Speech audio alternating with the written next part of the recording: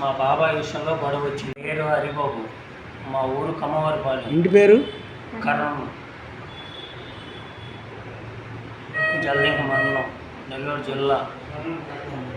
మా బాబాయికి మాకు పొలము, మా తాత చచ్చిపోతే చెరొక అరెకర తీసుకోన్నాము. 2 సంవత్సరాల నుంచి చేసుకుంటున్నాము. ఇవాళ మధ్యలో అడ్డం తిరిగాడు. నేను హైదరాబాద్లో పని చేసుకుంటున్నా. మా అమ్మ ఒకటే ఉండేది.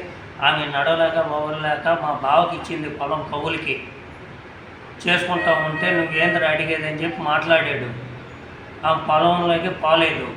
సరేనని చెప్పి నన్ను అతనుగా నా మాట నెలకి నువ్వెవరో నెలకి నన్ను రా అంటే నేను వచ్చి నేను పొద్దుగా వెళ్ళి నేను అడుగుతూ ఉంటే నా మీద కత్తులు గొడ్డలు ఎత్తుకొని వచ్చాడు. మాకు దెబ్బలు తగిలినాయి.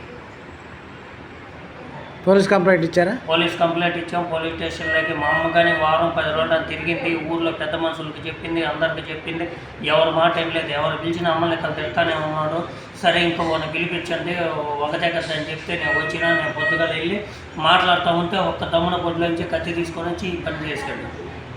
మా అమ్మకి దెబ్బలు తగిలినాయి, నాకు దెబ్బలు తగిలినాయి. కుట్లు వేసారు, చేతికి దెబ్బలు తగిలినాయి, కత్తి దెబ్బలు, మేడ మీద కత్తి దెబ్బ తగిలింది. పోలీసు వాళ్ళు ఇన్ఫర్మేషన్ తీసుకెళ్లారు, మొత్తం చేశారు. మేడం అంటే డిఎస్పీ సార్ కాడికి వెళ్ళింది. వచ్చిందాక ఇక్కడ కూర్చోంటాం, ఏ న్యాయం చేస్తుందో చూస్తాం. ఊళ్ళో వాళ్ళకి ప్రజలకి ఎవరికి మాట వినకపోతే నువ్వు, మాకు మాట వినకపోతే నువ్వు, ఎవరు ఆస్తి తినాలను, ఎవరు సొమ్ము తినాలను నువ్వు. మీ మీద దాడి చేసింది ఎవరు? మా బాబాయ్ పేరు రమేష్. ఇంటి పేరు కరణం, కమ్మోలు. ఎంతమంది దాడి చేశారు? ఒక్కడేను.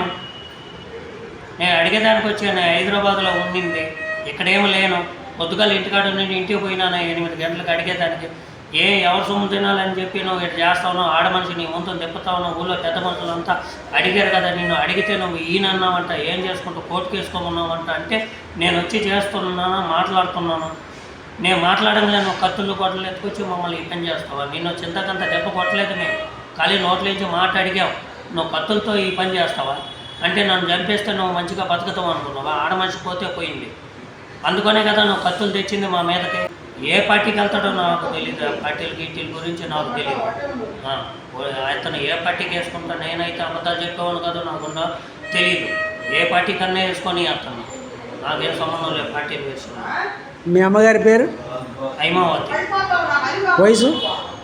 62, 63. మీ వయసు? నా వయసు 37. దీని మీద డిఎస్పీ గారు ఏమన్నారు? కంప్లైంట్ ఇచ్చారా? ఎల్లున్నది మేడం, రాలేదు.